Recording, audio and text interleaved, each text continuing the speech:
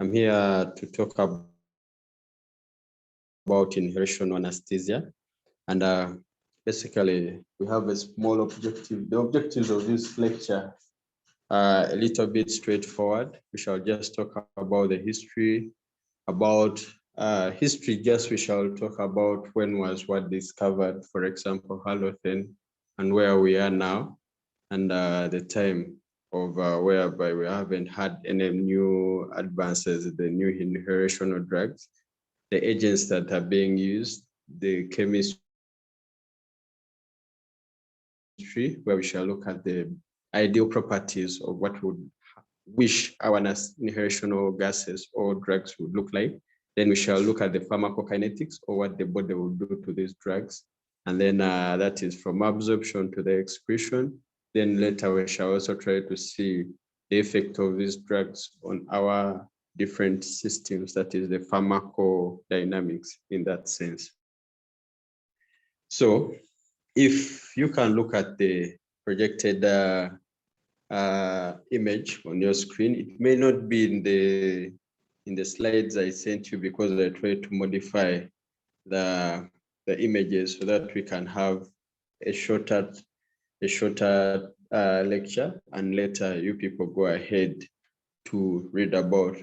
You realize that evolution of these drugs started way back in the 1800s, that's around 1860s, where we had nitrous oxide being discovered, and later almost in the later 1900s, I think one of the fancy drugs that we may not see in our operating theater, that is sevoflurane, was also discovered.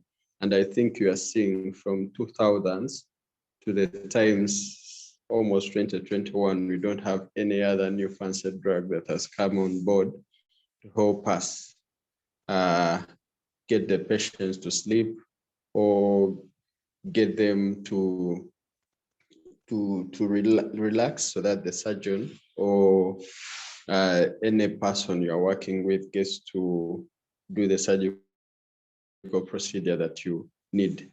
If you try to remember the definition of anesthesia, you just want to prevent the bad memories in theater, also give pain control, and also at the time you help the surgeons have the relaxation they deserve so that the procedure can go on.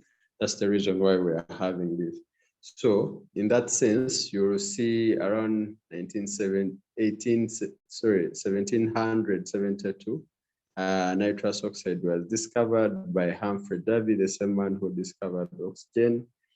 And later it started its use, because these guys used to have this public kind of display of the discoveries in medicine. So later, I think Edmund Andrews then tried to demonstrate the safer use of the drug plus oxygen. So chloroform came on board, that is in 1831, later diethyl ester. So ether has been on some parts of the country, still being used for anesthesia, but comes with this cost. But in Mbarara, I think, and one of the regional referrals has been phased out. And I think around 1842, it was used for patients also who had diphtheria, since it could give you the bronchodilation that would help the patient breathe better. So other drugs have been on board, like you saw on that curve. You realize Rochester in New York administered. These are public demonstrations of the various inventions that were coming up. And I think you're seeing William Morton at Massachusetts General Hospital, who also had a similar display of a patient who was being anesthetized at the time. By that time, you realize that the anesthetist almost had to hold the patient's head, and at the same time have someone else to administer the drug, so that the patient gets to sleep and later the surgeon gets to work. shall just skip a few slides and I get to the gist of this lecture, because you realize that most of the times no one is going to say the history, but this you can read on your own. So the currently used drugs in our theater, we have halothane, ISO, we have desflurane that comes usually with different camps, like I think the spinal camp last time brought some desflurane. And I think they have a special vaporizer, because if you look at its critical temperature is quite high, so you may need to heat it so that you can vaporize it and administer it to the patient. Nitrous oxide, in Mbarara here, you will see most of our machines still have a port for nitrous oxide, but because of logistics issues and supply issues in our country, I think you understand. So I think people opted to have medical air instead of nitrous oxide, but usually nitrous oxide is given on top of other gases. We shall look at the second gas effect later. And sevoflurane, I think some of the times, once in a while, we use it for our pediatric cases. And so ideally, halothane is the day-to-day gas we use. ISO, we keep it for the very sick patients, and several sometimes for the children that come around. This may come with the camps, but during your stay in Mbarara, you may never see us use nitrous oxide. So these are the gases that have been phased out. And I think for us, most of the times, we haven't used most of them, but I think the ones that we have been using is the ether that we have phased out too. So xenon is still underway, and also I think that is maybe the future gas that we may use. But then the reasons why we're here is to learn about these gases, and most of us expect a lot from the gases, but they may carry with them some side effects. You realize that all these gases that we have, for example, halothane, fluorine, des, and sevo, we would ideally wish they behave in a certain way. They may not, but we wish they do behave in a certain way. So some of the ideal physical properties we wish to have in a gas that is out there on the market, we wish that it shouldn't be flammable, because you realize that at some times we may share the air with the people like the ENT who are maybe operating on the railings. I have a tube inside there, also trying to deliver these gases to the patient. So at one point, the patient may suffer airway fires because of the fact that oxygen can still oxidize these gases, and later we have and sometimes they're also using catalyst. So you just need one spark, oxidize, the oxygen oxidizes the gas, and later you have a fire in somebody's air. So we wish that they are non-flammable, non-explosive at room temperature. They are stable in light. I think some of you will come across Thiamol that is used to stabilize isoflurane, so that it doesn't, I think, and its container will be a little bit light protected. It's quite a dark bottle. So we want a gas that is stable at room temperature and also is liquid, but we vaporize at room temperature and with a low latent heat of vaporization. Very stable at room temperature with a long shelf life, because remember the economy, and also stable with soda line.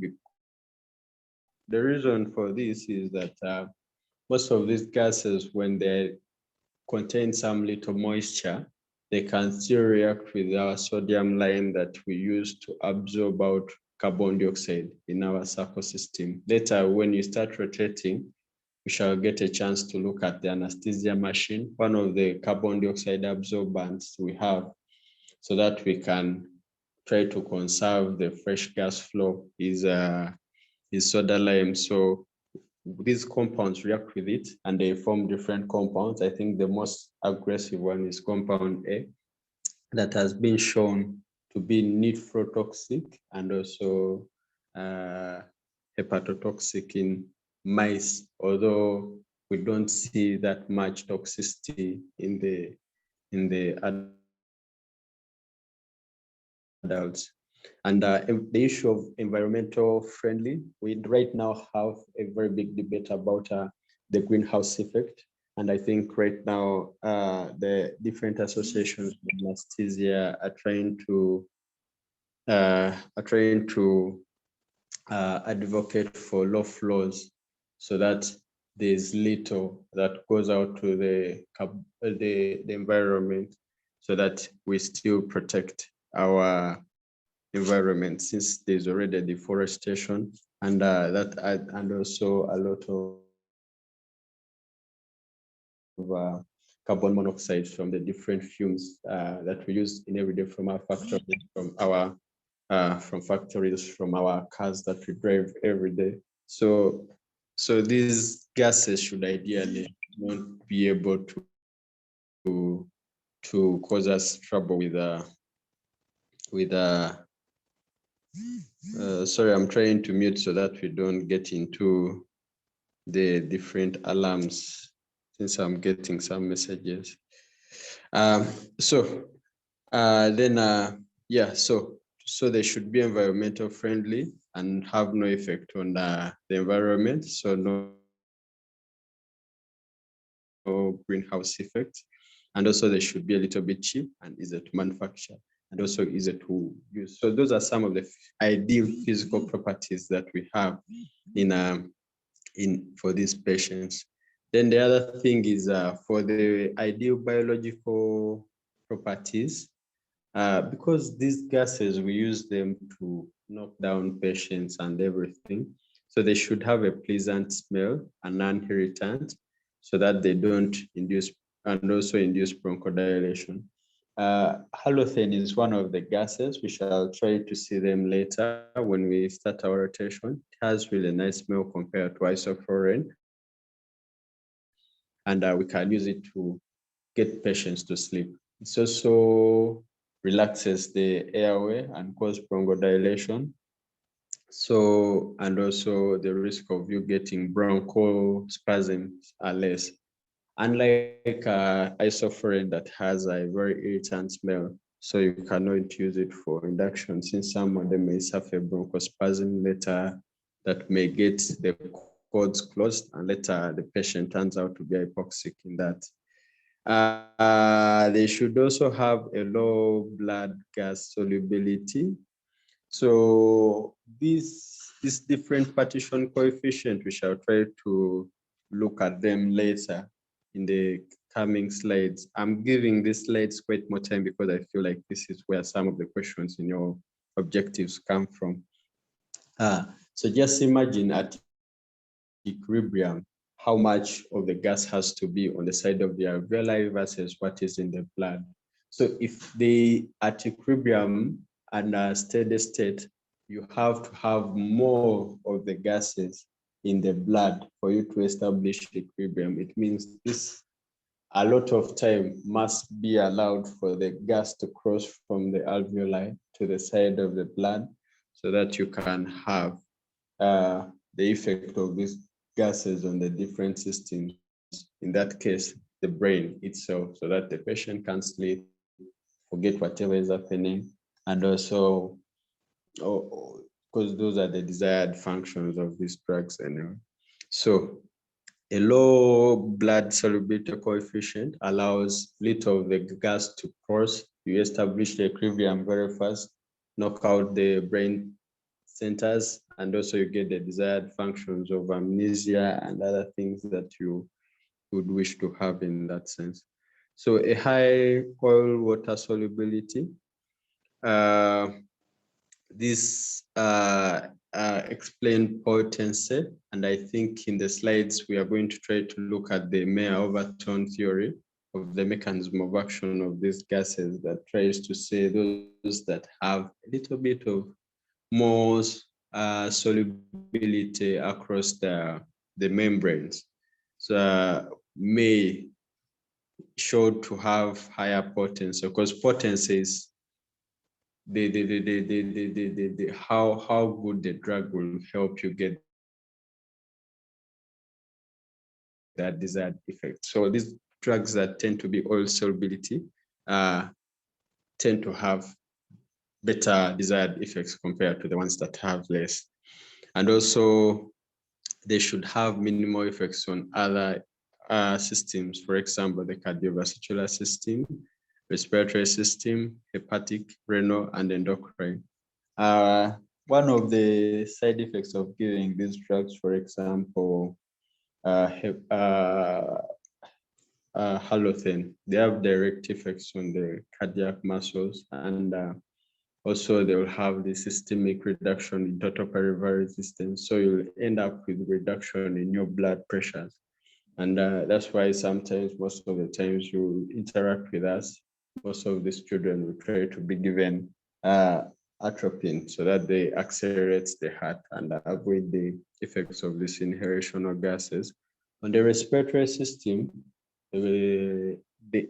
usually God made us in a way that sometimes when you are stopping to breathe, there will be neural impulses that will go to the brain and try to tell it, hey, try to breathe. But when you give these gases, they'll blunt the reflexes. So sometimes the effect of carbon dioxide on your respiratory centers, the effect of hypoxia on respiratory centers is going to be blunted by the gases that you're giving.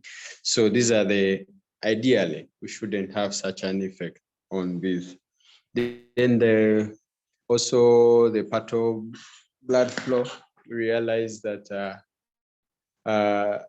much of the times when we give these drugs, we have pooling of the blood within the splanchnic vessels, and also reduces how much blood, because remember, the greatest percentage of the blood will come from your splanchnic suppression to the liver. So means your total blood flow to the liver is going to reduce, and later will cause you some trouble later. And I think sometimes halothane will get that exaggerated effect on the blood flow to the liver, and later, because the liver later is the one that is metabolizing or breaking down these other products that helps you excrete, although a greater percentage of these gases will be excreted unchanged, that is through the lungs. Then interestingly, you realize that the structure of these various inhalational drugs, they have a fluoride or a bromide somewhere in their structure. Some of these fluoride compounds, after they are being metabolized, sometimes they cause hepatitis in these patients. And I think it is more pronounced with halothane. I think that's why the whites have phased it out, although we try to use it in our day-to-day life. Then no biofluid transformation.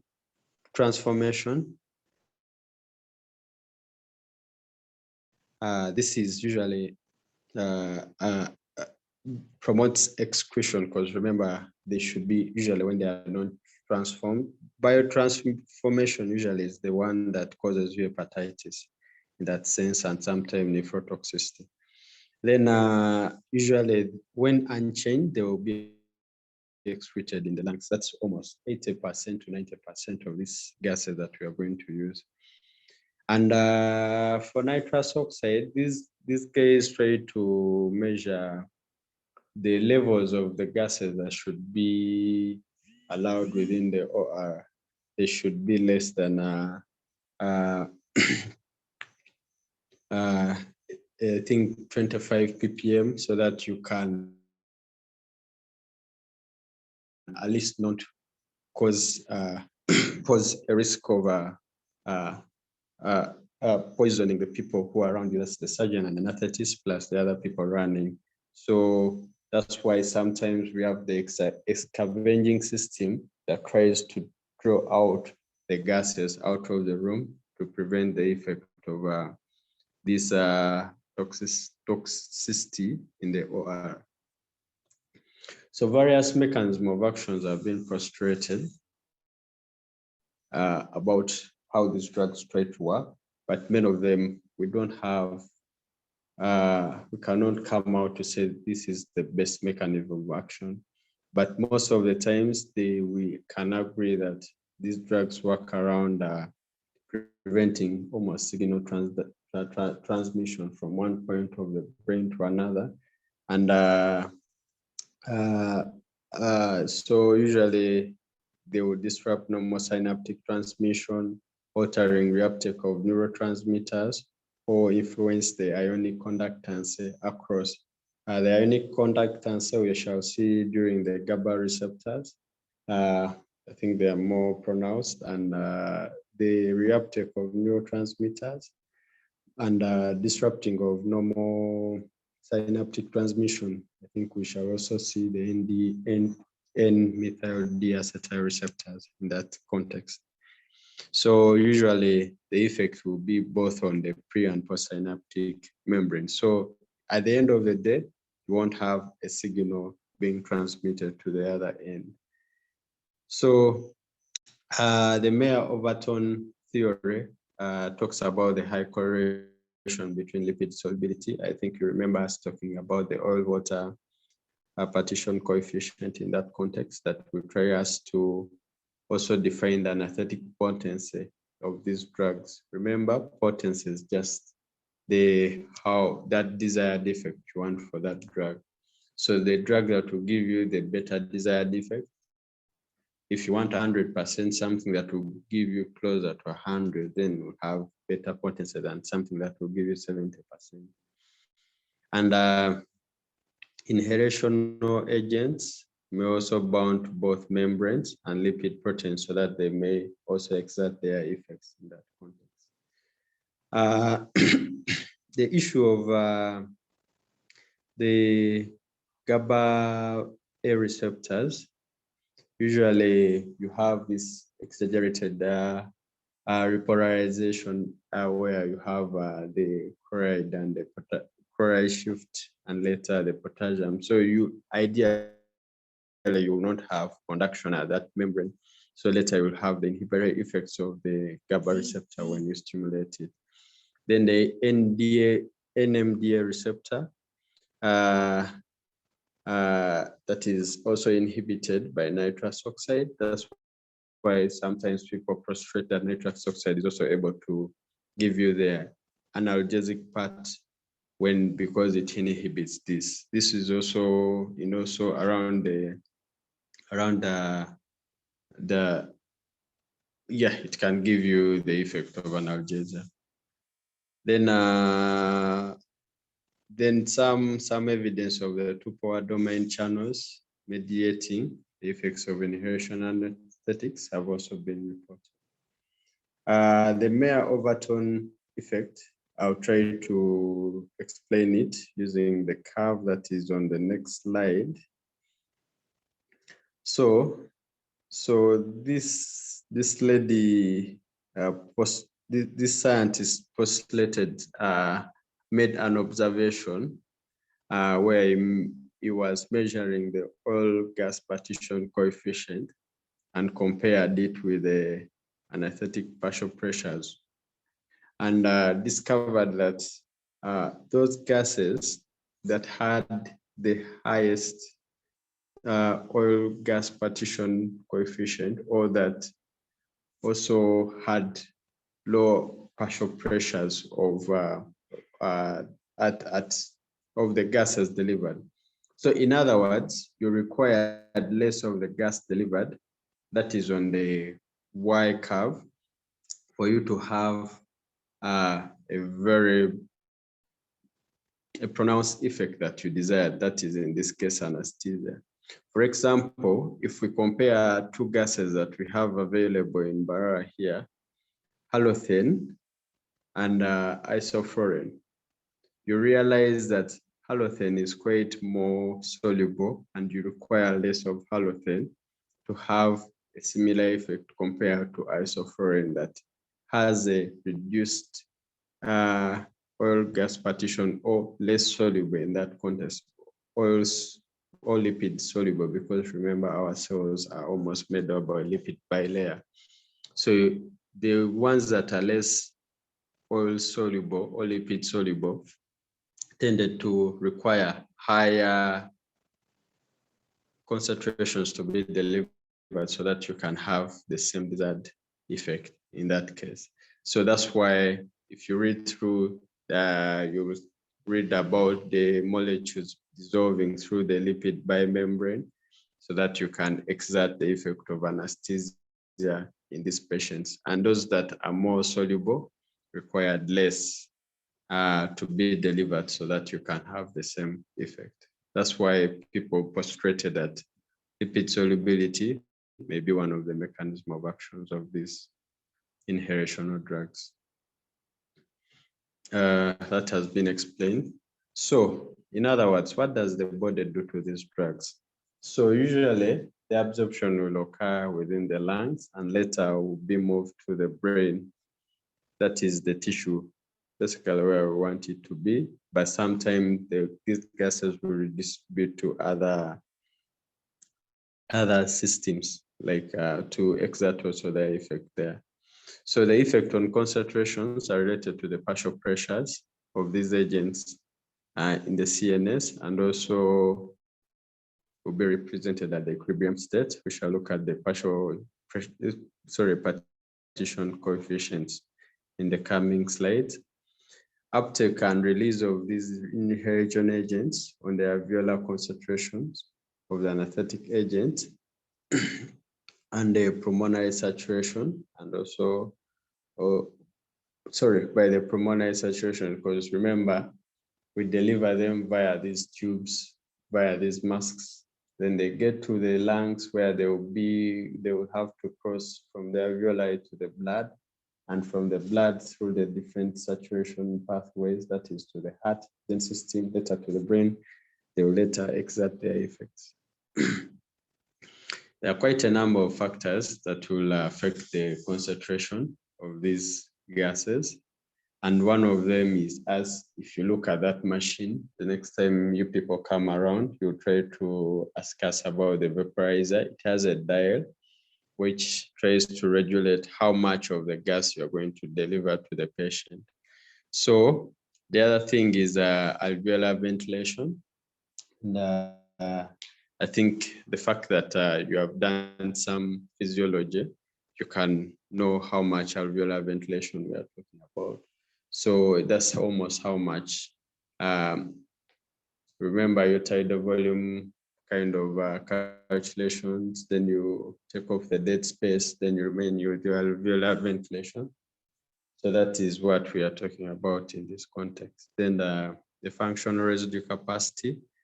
Usually the larger you have, then it will dilute everything. So the beauty with people under anesthesia, one of the things is that they have a reduced functional residue capacity compared to the other normal populations, because one, because of their posture, people in spine position, and two, sometimes after giving the anesthesia, also a great proportion of the functional residue capacity is going to reduce. So for a patient who is not sleeping, sometimes what we do is maybe increase the concentration of what you are delivering, that is increase on the diet. Then two, you can also try to increase the amount of breath that you are giving per minute in that context. Other things that will affect the drug uptake, that is the solubility. Those are innate properties of these gases, that is the blood gas partition coefficient. Blood flow, because remember, it will determine how much you'll be picking from the alveoli in that context.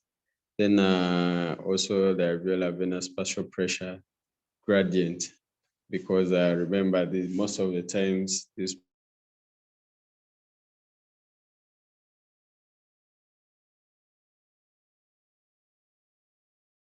drugs, the bigger also the uptake.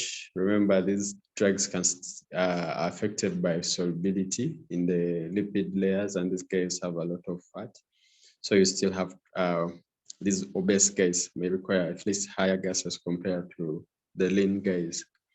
So second gas effect and diffusion hypoxia. So this can be explained because remember, if you look at the Moyer-Overton effect, you realize that nitrous oxide is way up there, but it's quite very soluble.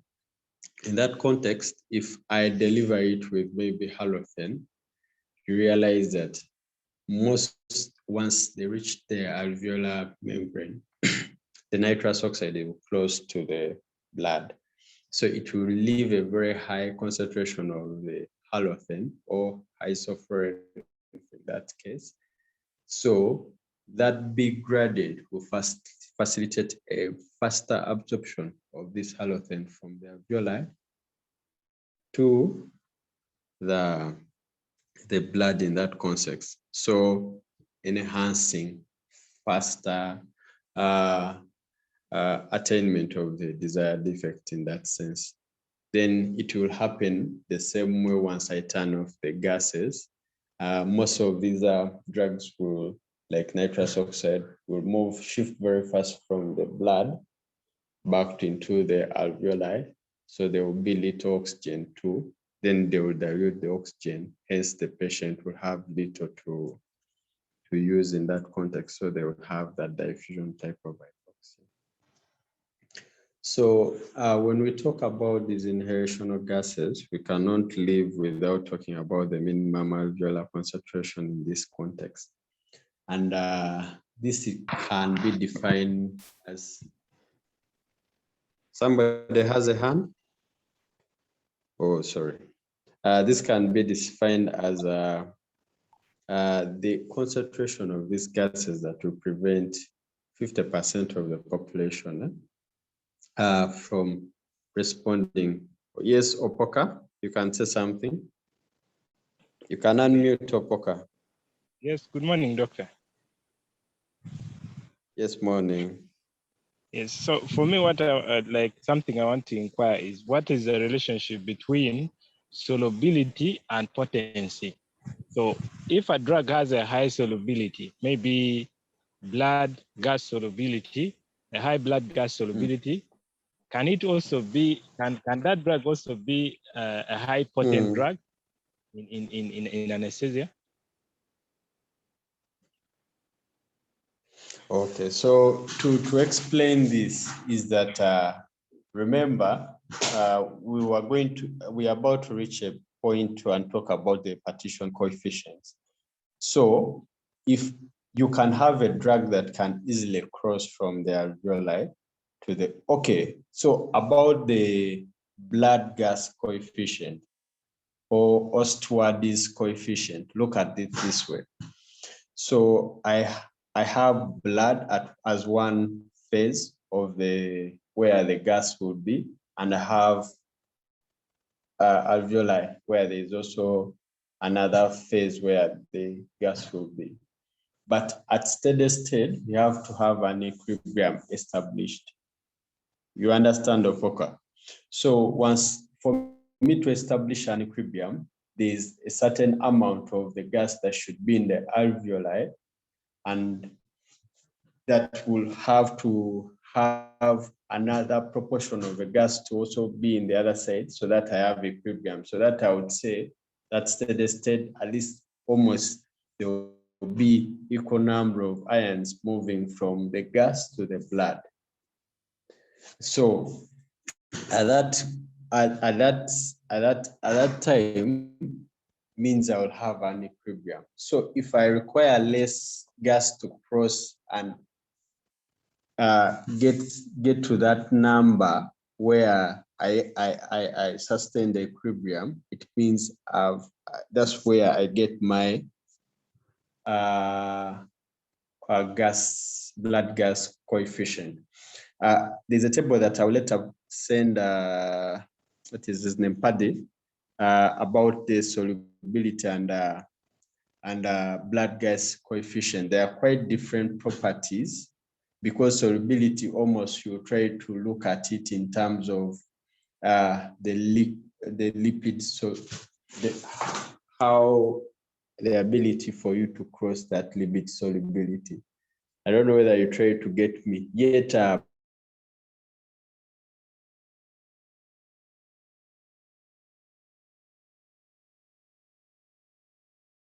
Blood gas coefficient, you are looking in the different phases. I don't know what solubility, you are looking at the desired effect of that gas. Then if you are looking at the blood gas coefficient, you are looking at how fast, if I want to induce anesthesia or put this patient to sleep, how fast will they get to sleep? So if the number is small in that context, I don't know how Dr. Emma forgot to include the tables. You realize that these guys will get to sleep faster. You understand? So it's about the time duration, and these guys will still wake up early because it is less will cross back out of the blood so that they can wake up a little bit faster. Compared to these guys, my thing is maybe anesthesia. I want the patient relaxed and everything.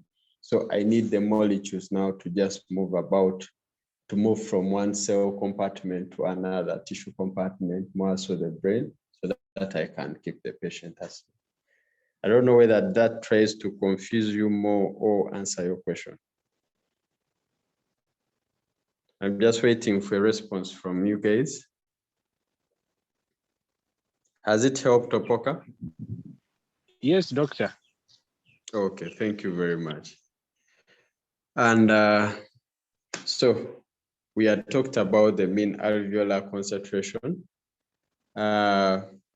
So we had talked about that concentration that you require so that you can have 50% of your population not responsive to your surgical stimulus. In that case, usually they use a skin incision. And usually subjects at sea level, that is 1 atmosphere, and also it should be delivered in 100% oxygen.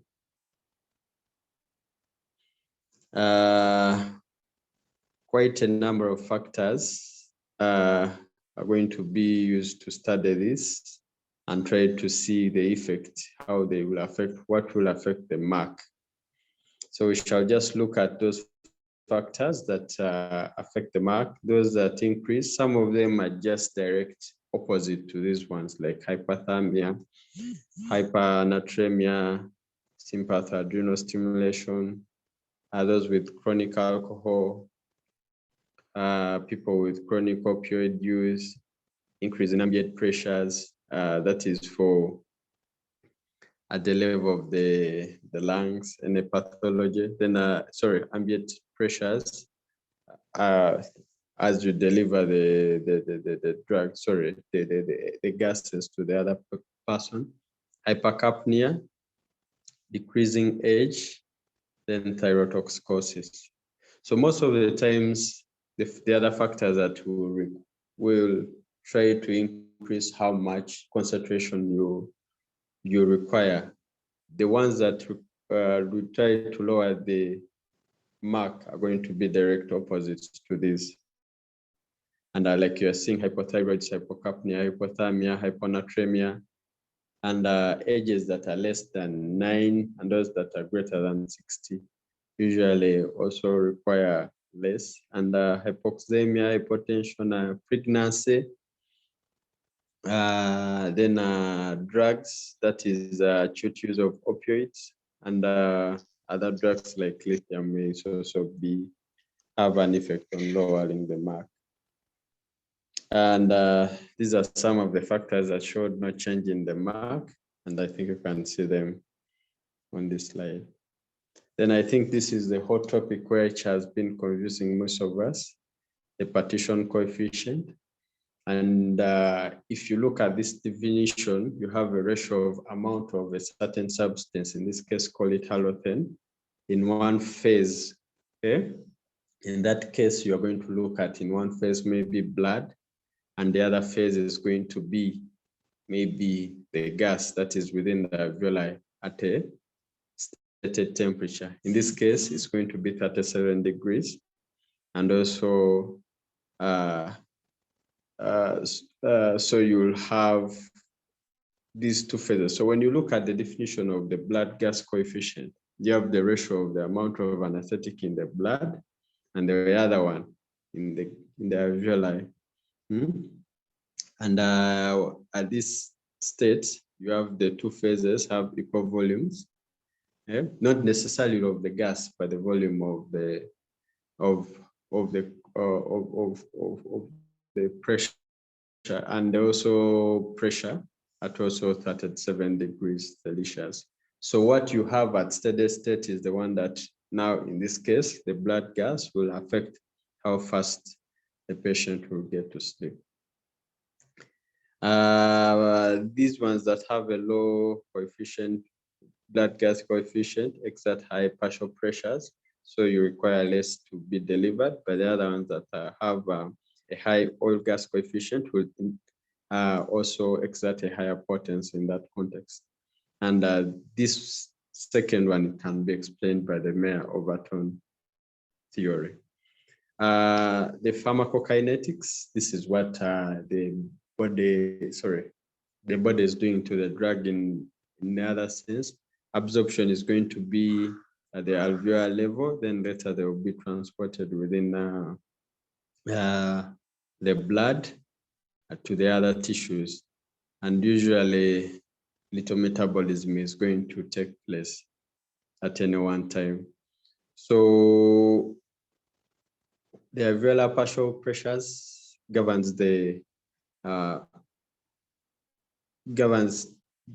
partial pressure of the anesthetic in the body tissues, because remember, because that's where you get the constant supply as this gas is really spread to the other tissues.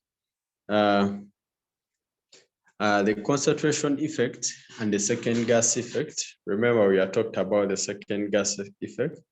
We have the concentration effect describes how the concentration of the gas remaining in the alveolar volume can increase after some gas has been transferred into the blood.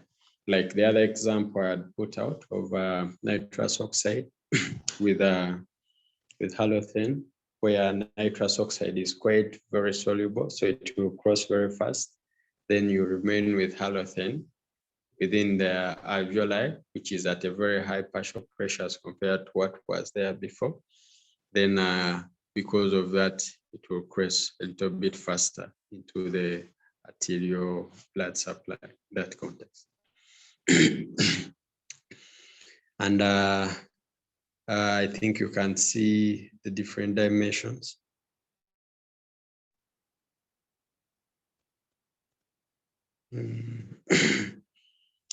Sorry, I'll read the messages in the chat forum as we go on. And also, I think I may not answer some of the questions right now, since I also have a small presentation to do, since at the Lila ICU right almost in about 5 minutes to come. So Padre will just send, maybe may share you my number, and then maybe we can have the conversation going on slowly. Or you can channel the questions to Padre and I get you the responses after. So, but the concentration effect, like he said, is trying to compare nitrous oxide has a low blood gas partition coefficient, and but you can try to give it alongside another gas so that you can improve the faster rate by which it crosses the membrane. Second gas effect, usually gas concentration, you see nitrous oxide with nitrogen being delivered, and also you try to see second gas effects, nitrous oxide with another inhalation of gas. Diffusion hypoxia, and this is at the point of elimination, where you see, like, for example, nitrous oxide will cross out of the alveoli a little bit faster and try to dilute plus the nitrogen. So they will dilute the gases in the alveoli, and yet the patient will have less FiO2 of oxygen. So they will tend to get hypoxic in that sense. Effect of these gases on the heart, you realize that the cardiac output, a higher cardiac output removes, we are looking at the body, what the body does to the drug.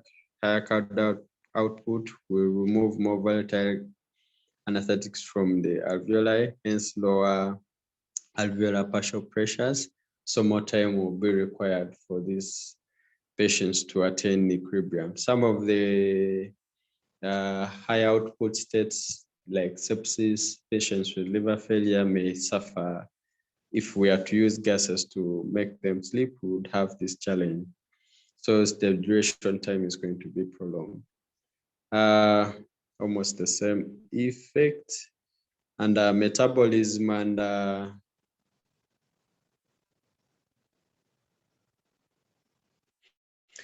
metabolism and metabolism and elimination of inhalational agents. You have these enzymes, that is the cyclone P50, and that is isoenzyme 2E1 that also are located in the liver and kidneys that try to metabolize these drugs. And usually a smaller percentage, like 1 or 2%, will be the one to be metabolized. But most times, most of the drug, like 98%, will be excreted unchanged. Elimination to recovery or emergence from anesthesia. Usually, gases have to diffuse out from the different tissues because of the gradient established by the different partial pressures. And usually, recovery is non-controllable as induction, because remember, you have these drugs diffusing out the different tissues. And increasing minute ventilation with high inspiratory oxygen concentration will also increase the gradient of the inhalational anesthetics in that context. Thank you very much. I think we have come to the end of this lecture, but I'm seeing some 2 questions in the chat. Are you supposed to change the gas? I think one from Tumwesi J. Mugisha to everyone. Are you supposed to change the gas delivery rate after attaining the equilibrium? So usually what we do at the time of induction of anesthesia or these babies, because there's already no steady, we haven't attained a steady flow. So sometimes we'll give the maximum concentration of the gas. And once I get the steady state, I'm going to dial less. That is around, because remember, then I'm going to use the mark at that point, having attained the steady state. So I will still reduce since I've gotten the equilibrium at that. Doctor, what protein transport system for these anesthetics, drugs like oxygen? I don't think some of these gases, even oxygen, I think you can see carbon dioxide itself, a greater portion of it is going to be transported, dissolved within the blood. So you may not require albumin or something to take around these drugs to the different parts of the body. Then I don't know what Kilia Walter meant by KNDI. I think maybe referring to one person in the chat. Then explain more about the concentration effect and the gas effect, because the explanation in the slides is almost the same. So with the concentration effect, just imagine you have one gas, like nitrous oxide, that has a very high minimum alveolar concentration being given alongside the for example, nitrogen in that context. One will, cause nitrogen in the other sense has almost no effect on anesthesia. So in that context, you will see that in that sense, because these guys were doing experiments on animals and other things, so some of the things may not be applicable in the day-to-day activities. So you'll find that in that sense, you'll have what remains now either becoming easier to cross over to the other side of the blood. How do you know that you have attained the equilibrium? Wow, so it's quite interesting for us here. At that point, usually there's a modularly, you can do some things like assess a few cranial nerves. For example, in our context here, if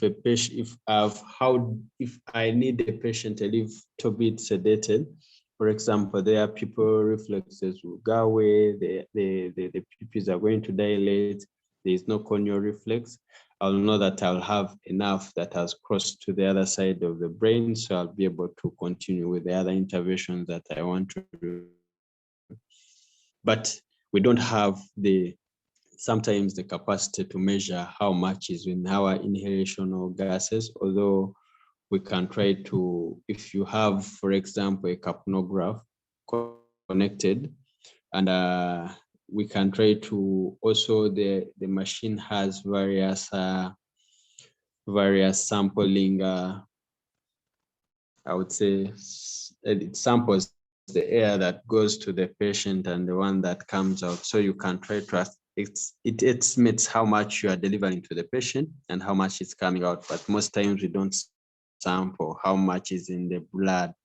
So that's what, so most of the times it's very hard intraoperatively to really calculate the gas blood coefficient in that case. Indications for using an inhalational agent over IV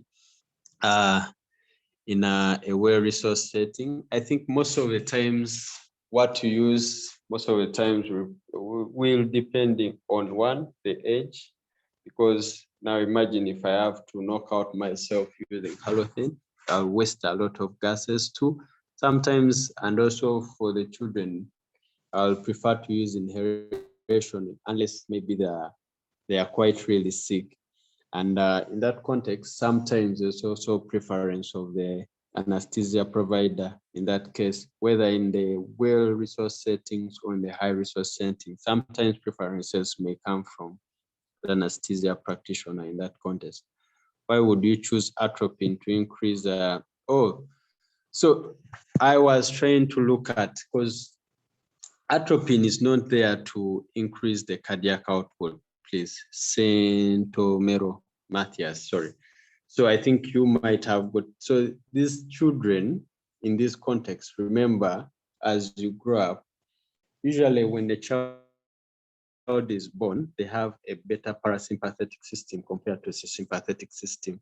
So anything that will depress your heart is going to give you a very, very big, let me say, effect of the parasympathetic system, since it's already out there and it's the most dominant one, usually in your early age. So, and usually in children, the effect of heart rate, actually heart rate contributes more to their cardiac output than the systemic total peripheral resistance, since usually they have a blunted effect on that side.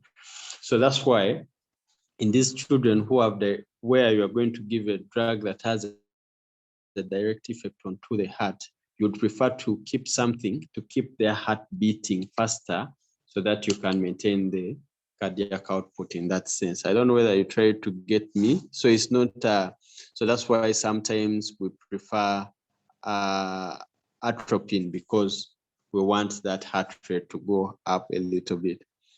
Then I don't know, do we have specific analgesics in specific people with different conditions? I think that one we shall discuss is outside the scope of this tutorial, but once we join in and we start the rotation with any of us, we shall have a better feel of analgesia. How do you control pain? Because it's quite interesting. Thank you very much. Unless, I think just keep the questions coming in. Pade will send me, Pade can share you my number. I'll try to be a little bit better at explanation, because I'm also rushing in for another presentation at the Regional Referral ICU. Thank you very much, and thank you for giving me the time and opportunity to present to you. Thank you so much, Doctor, for all the struggles that we had for the lecture. It has been a wonderful one. Have a Okay. the ICU. Thank you. So Father, just help me. You can gather the questions and later talk to me later. I'll see how to either deliver the questions to my boss or I'll answer those I can. Okay, Doctor. Thank Yes. you.